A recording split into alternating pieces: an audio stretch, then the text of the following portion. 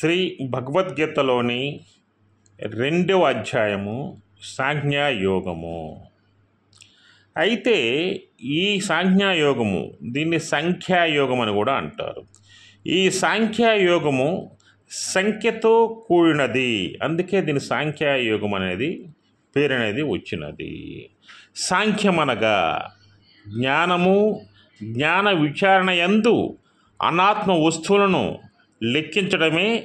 ఆ లెక్కించేటప్పుడు సంఖ్యను ఆశ్రయించడం జరుగుతుంది.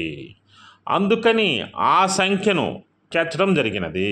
ప్రకృతి యందు గల 24 తత్వాలు ఉన్నాయి. అదేవిధంగా వేరొక రంగా చెప్పినట్లయితే మొత్తం తత్వాలు చెప్పినట్లయితే అవి 96 తత్వాలు. ఈ 96 తత్వాలను మొత్తాన్ని కూడా మనం బాగా శోధించి లెక్కించి అనాత్మ రూపములని త్యజించి వానికి సాక్షిగా ఉన్నటువంటి పరమాత్ముని గ్రహించటయే సాంఖ్య విద్య. ఇక్కడ ఆత్మనాత్మ వివేక రూపమగు విజ్ఞానమే సాంఖ్యము అవుతుంది. అయితే ఈ అధ్యాయం ముందు ఆత్మస్వరూపము బాగా వర్ణించబడి ఉంది.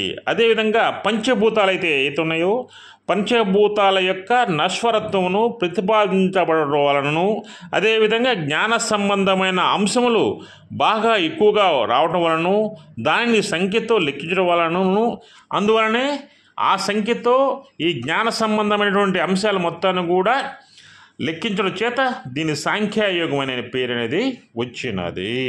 అదేవిధంగా అసలు సాంఖ్యయోగము అంటే మరొక రకంగా చెప్పాలంటే ఇది ఒక జ్ఞాన పరంపర, అదేవిధంగా ఆత్మ పరంపర, అదేవిధంగా విషయ జ్ఞానాన్ని తెలుసుకోవడం కూడా సాంఖ్యయోగం అని మనం అంటాం అన్నమాట. అయితే అసలు ఈ సాంఖ్యయోగం నందు ప్రధాన అంశాలు ఏంటి అనే విషయానికి మనం వచ్చినట్లయితే అర్జునుని యొక్క మానసిక వ్యధను తెలుసుకున్నటువంటి శ్రీకృష్ణ పరమాత్ముడు దాన్ని ఎలా నివారించాలో ఉపాయం చేసి దాన్ని వర్ణించాడు అర్జునుడికి.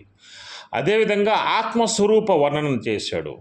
ఆత్మ అనేది ఎప్పుడు కూడా నీకు ఒక శరీరం నుంచి మరో శరీరానికి వెళ్తుంది తప్ప ఆత్మ నాశనం లేనిది, శరీరమే నాశనాన్ని పొందుతుంది అనే విషయాన్ని సుస్పష్టంగా తెలియజేశాడు. అదేవిధంగా క్షాత్రధర్మమున అంటే యుద్ధ రంగమున అతను ఏమి అనుసరించారో ఖచ్చితంగా చెప్పాడు ఆయన. అదేవిధంగా నిష్కామ కర్మ యోగాన్ని ప్రతిపాదించాడు. అదేవిధంగా స్థితప్రజ్ఞుని యొక్క లక్షణాలు ఎలా ఉండాలో తెలియజేశాడు.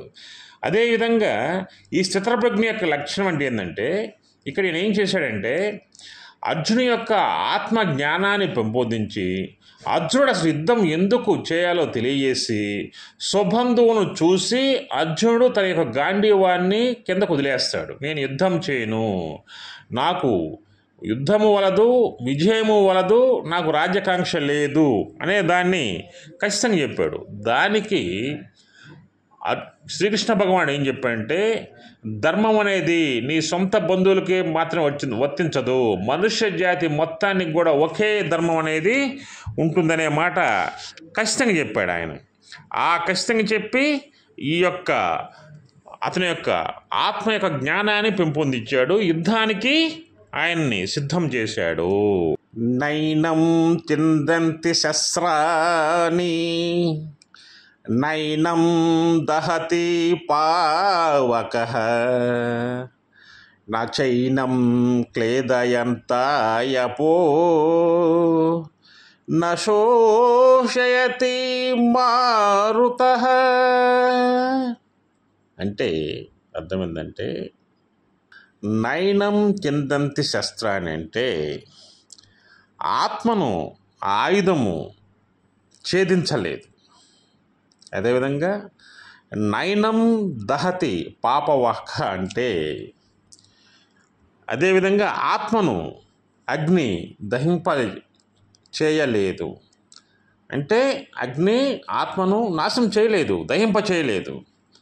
అదేవిధంగా నా చైనం క్లేదయంతాయపో అంటే ఇక్కడ నీరు ఆత్మను తడపజాలదు. అదేవిధంగా నా శోచైతే మారుతః అంటే గాలి ఎండింపజాలదు. అంటే గాలి ఆత్మను కదిలించలేదు, ఏమీ చేయలేదు ఆత్మను. అంటే ఇక్కడ ఏంటంటే ఆత్మను ఆయుధము ఛేదింపజాలదు, అగ్ని దహింపజాలదు, నీరు తడపజాలదు, గాలి ఎండింపజాలదు. అంటే కదిలించలేదు, ఏమీ చేయలేదు. ఇదే ఆత్మ యొక్క గొప్పతనము. ఈ ఆత్మ యొక్క గొప్పతనాన్ని తెలియజేసేదే సంజ్ఞాయోగము.